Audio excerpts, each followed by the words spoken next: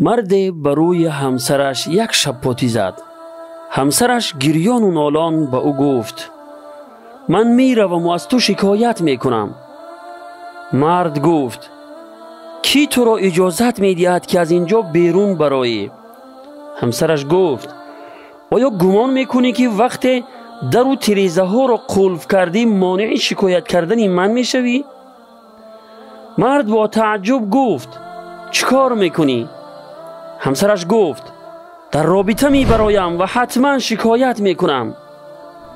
مرد گفت همه تلفن ها در دست من است، چی کار می خواهی کردن بگیر. زن به حمام رفت. وقتی به حمام داخل شد مرد به گمان این که مبادا از تیریزه حمام نبراید فوراً به بیرون برآمد و از پس تیریزه حمام نظاره کرد تا همسرش از تیریزه حمام به بیرون نبراید. خیلی منتظر شد ولی هیچ دیگرگونی ندید.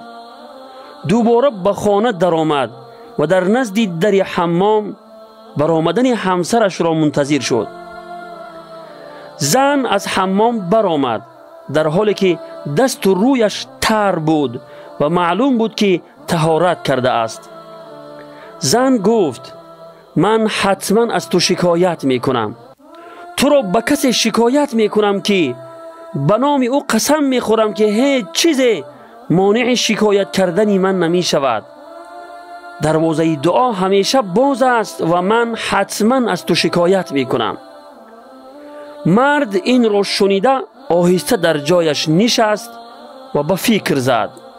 زن بروی جای نماز برآمد و به نماز شروع کرد. مرد این همه را نظاره می کرد که زن چی کار می کند. بعد از رکوع و سجود طولانی دستهایش را برداشت تا دعا کند. مرد که گمان می کرد او بر علیه وی دعای بد می کند دستانش را داشت.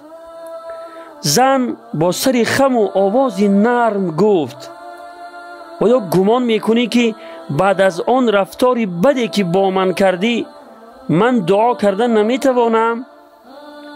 مرد گفت قسم به خدا که نمیخواستم تو را بزنم. غضبی شدم و خود را اداره کردن نتوانستم. زن گفت برای همین نمیتوانم از دعا دست بکشم. حتما دعا میکنم ولی دعای من بر علیه شیطان است نه بر علیه تو.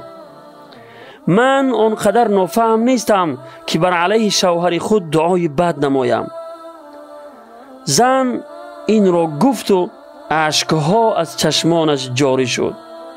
مرد گفت من وعده می دهم که هرگز تو را با گفتار و کردارم نمی رنجانم. بله برادران و خواهران عزیز، رفتار زیبای این زن واقعا نمونه عبرت است.